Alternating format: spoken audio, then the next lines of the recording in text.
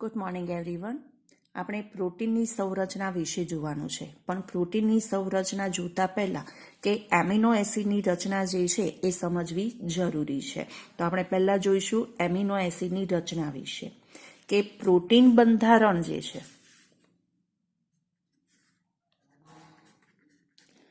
Protein બંધારણના મૂળ એકમ તરીકે શું જોવા મળે છે? Amino acid. કે પ્રોટીનના બંધારણની અંદર કે મૂળ એકમ તરીકે એમિનો એસિડ જોવા મળતા હોય છે. હવે કે આ જે એમિનો એસિડ છે કે જે સજીવ કોષોમાં કુલ 20 પ્રકારના એમિનો એસિડ આવેલા હોય છે. કેટલા પ્રકારના એમિનો એસિડ જોવા મળે છે? તો કે 20 પ્રકારના એમિનો એસિડ જોવા મળે છે. હવે દરેક એમિનો એસિડ જે છે, દરેક એમિનો એસિડનું સામાન્ય બંધારણીય સૂત્ર જોઈએ. 20 પ્રકારના જે એમિનો એસિડ છે એનું સામાન્ય બંધારણીય સૂત્ર જોઈએ તો તેની અંદર એક કાર્બોક્સિલ સમૂહ હોય છે, COOH, કાર્બોક્સિલ સમૂહ. એક એમિનો સમૂહ હોય છે NH2 એમિનો સમૂહ, એક હાઇડ્રોજન અને R જૂથ છે. બરાબર. હવે આ જે R જૂથ છે કે જ્યાં જુદા જુદા પ્રકારના સમૂહ જોડાય છે અને જેના આધારે દરેક એમિનો એસિડના જે લક્ષણ અથવા પ્રકાર જે છે એ બદલાતા હોય છે. હવે આ જે બંધારણીય સૂત્ર જે છે અધ્રુવીભૂત છે. ધ્રુવીભૂત બંધારણીય સૂત્ર વિશે આપણે જોઈએ. કાર્બન, હાઇડ્રોજન, R જૂથ છે અથવા R સમૂહ છે, જેમાં COO બરાબર છે કે અહીંયાથી એક H જે છે આ બાજુ આવે છે, ઋણ વીજભાર થશે. અહીંયા NH2 હતો પણ અહીંયાથી એક આવ્યો એટલે NH3+, જેને ધ્રુવીભૂત બંધારણીય સૂત્ર તરીકે ઓળખાય છે.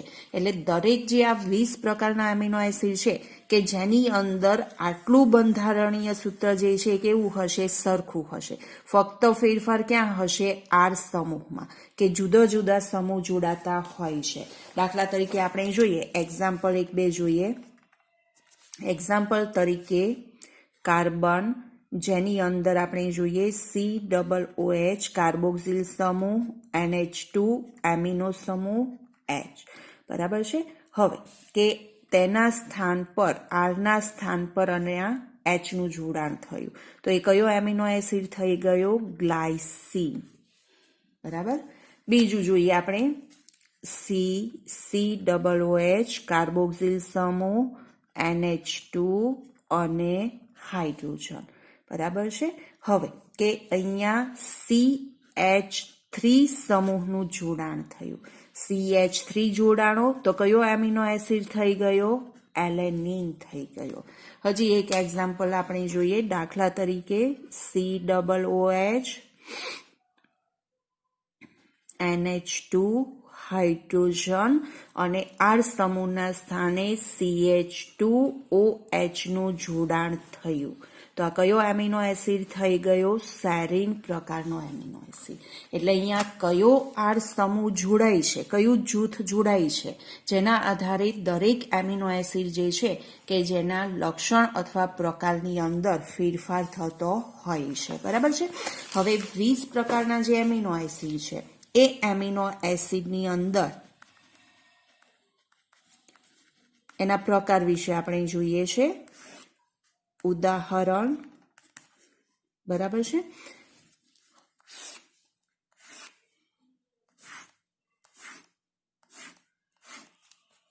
જેની અંદર પહેલા આપણે જોઈએ તો કે અધ્રુવીય R જૂથ ધરાવતા એમિનો એસિડ. અધ્રુવીય R જૂથ ધરાવતા એમિનો એસિડ. હવે તેની અંદર કયા એમિનો એસિડનો સમાવેશ થાય છે?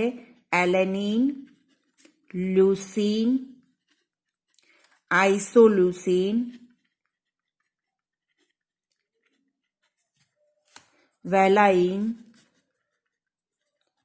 ફિનાઇલેલેનિન,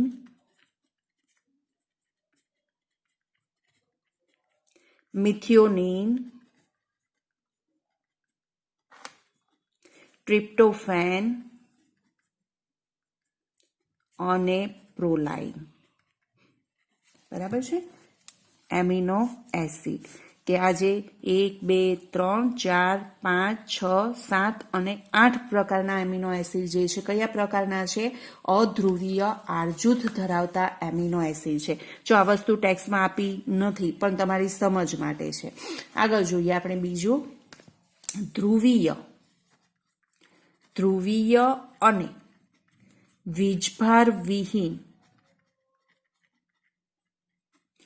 આર જૂથ ધરાવતા એમિનો એસિડ. કેવા છે? ધ્રુવીય અને વીજભાર વિહીન છે, વીજભાર ધરાવતા નથી. બરાબર છે. જેની અંદર શેનો સમાવેશ થાય છે? એસ્પરેજિન, ગ્લુટેમાઇન, સેરીન, સિસ્ટીન, ગ્લાયસીન, થ્રિયોનિન અને ટાયરોસિન વગેરે ધ્રુવીય અને આર જૂથ, વીજભાર વિહીન આર જૂથ ધરાવે છે. આગળ જોઈએ બાકીના, ધ્રુવીય અને ઋણ વીજભાર યુક્ત આર જૂથ ધરાવતા એમિનો એસિડ. એટલે આર જૂથના સ્થાને કયો વીજભાર જોવા મળશે? ઋણ વીજભાર ધરાવતા જૂથ જોવા મળશે. જેની અંદર જોઈએ કયા એમિનો એસિડનો સમાવેશ થાય છે? તો કે એસ્પાર્ટિક એસિડ અને ગ્લુટામિક એસિડનો સમાવેશ થાય છે. ત્યાર પછી જોઈએ 4 નંબર, ધ્રુવીય અને ધન વીજભાર યુક્ત આર જૂથ ધરાવતા એમિનો એસિડ. કેવા છે? ધ્રુવીય અને કયો વીજભાર ધરાવતા? ધન વીજભાર ધરાવતા. જેની અંદર આર્જિનિન, હિસ્ટિડીન અને લાઇસિનનો સમાવેશ થાય છે. આર્જિનિન, હિસ્ટિડીન અને લાઇસિન. તો આ એમિનો એસિડના પ્રકાર હતા કે આ 20 પ્રકારના જે એમિનો એસિડ છે કે જે કયા પ્રકારના જોવા મળે છે. જો ટોટલ ગણશો તો આ 20 પ્રકારના એમિનો એસિડ કે જે સજીવોમાં જોવા મળતા હોય છે. જેમાં આપણે પહેલા જોયું અધ્રુવીય આર જૂથ ધરાવતા એમિનો એસિડ. એટલે આ દરેક એમિનો એસિડ કયા પ્રકારના છે? તટસ્થ પ્રકારના છે. ઋણ વીજભાર ધરાવતા એમિનો એસિડ જે છે એ કયા પ્રકારના છે? એસિડિક પ્રકારના છે. જ્યારે ધન વીજભાર ધરાવતા કયા પ્રકારના છે? બેઝ પ્રકારના છે. ખ્યાલ આવ્યો દરેકને?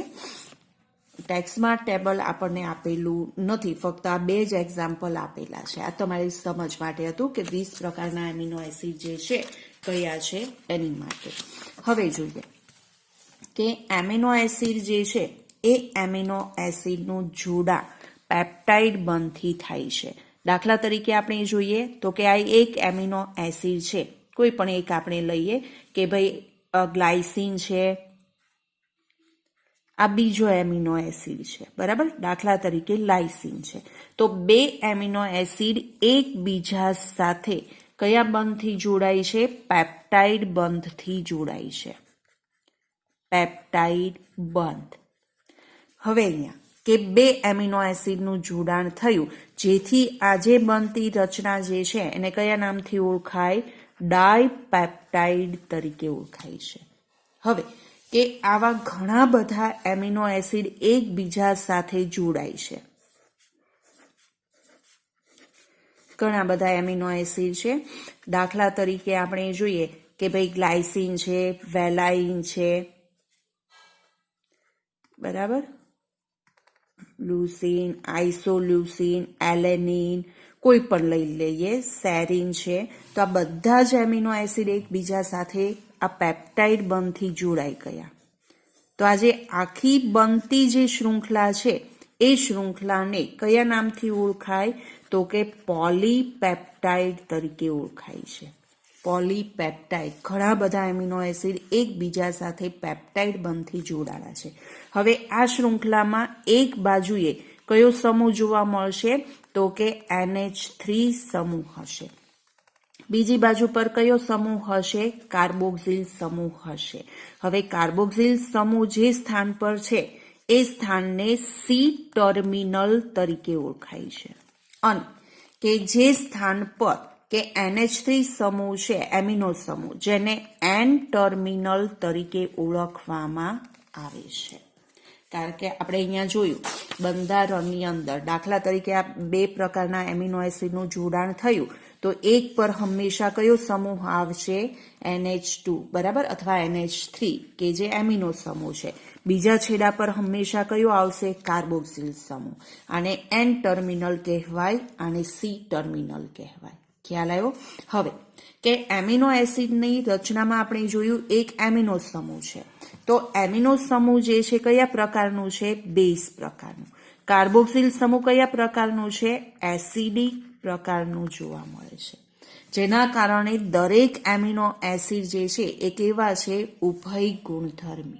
ઉભય ગુણધર્મી એટલે કે એસિડ બેઝ બંને પ્રકારના લક્ષણ ધરાવે છે. કારણ કે એક સમૂહ બેઝિક છે, એક એસિડિક છે, જેથી તેને ઉભય ગુણધર્મી તરીકે ઓળખાય છે.